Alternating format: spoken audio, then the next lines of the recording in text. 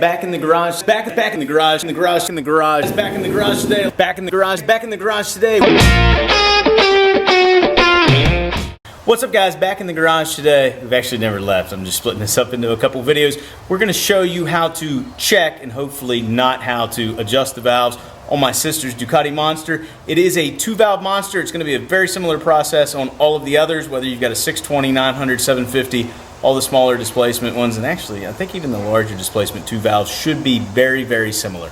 First thing we're gonna do is remove the spark plugs. You can see we already took the one out of the vertical cylinder and down here on the horizontal cylinder. We went ahead and put this up in 5th gear to make the rear tire a little bit easier to spin, and what we want to do is line up the we want to get everything at top dead center, so we want to line up this little mark down here with the mark I'm going to show you here in a second when we get where we need to be. It's going to be a little hard to see, but hopefully you can see that little metal piece lined up with the line there. It is dead on. It's a little hard to tell from this camera angle. Anyway, that's top dead center. Now the problem is we don't know if that's the horizontal one or the vertical one. As you rotate around, it will change. So what we're going to do is pop the valve covers on each, whichever one has the piston up.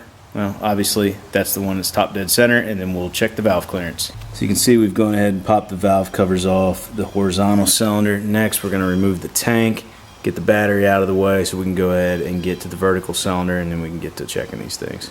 And there is the Monster with the tank removed. Tank's over there on the floor. Alright, so we went ahead and took the battery out. And we also just went ahead and undid the battery box, which is 4mm Allens right here. Next thing we need to do is get this contraption off so we can get to this valve cover. So it looks like 2 10s and probably 2 10s down there on the bottom. This should be fun. Alright, we got that stupid contraption removed. You can get on these two with a socket, but these bottom two you're going to need to get on a wrench, and you might have to hold this shoulder here steady with a 13mm, but these were both 10s. Now it's time to get these valve covers off.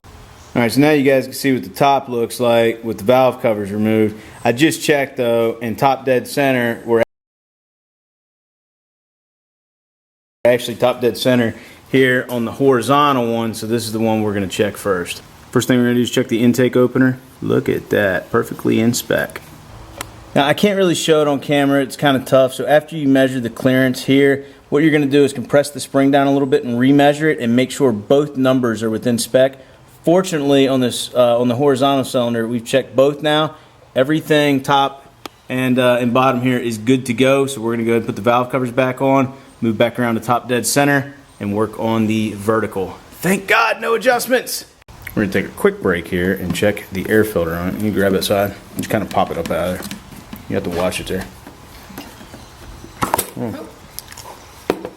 I have a feeling this thing's going to be a little dirty. It's not terrible, a little dust ball in there. In fact, I think we might be alright with just reusing that. After it took us forever to get top dead center on the horizontal cylinder, we got the vertical one in the second try. So let's, same sort of deal. We're going to check the clearance here, and then we're going to push down on the valve spring, check the clearance again, make sure it's in spec, do the same thing on this. If they are in spec, we're done, and that's what I'm hoping for. I'm ecstatic because all the valve clearance measurements are perfectly within spec. I have to do no adjusting. Still got to put this thing back together, and then the only thing we really have left to do is an oil and filter change. We checked the air filter, it looks good enough, and this thing's ready to ride, and really no scheduled maintenance on it for quite some time. Well, in the moment of truth, it actually fired up, meaning I didn't screw anything up with the cam belt change. Really couldn't screw anything up checking the valves. Got new spark plugs in. Running pretty good. Now that we know it runs fine, it's time to change the oil.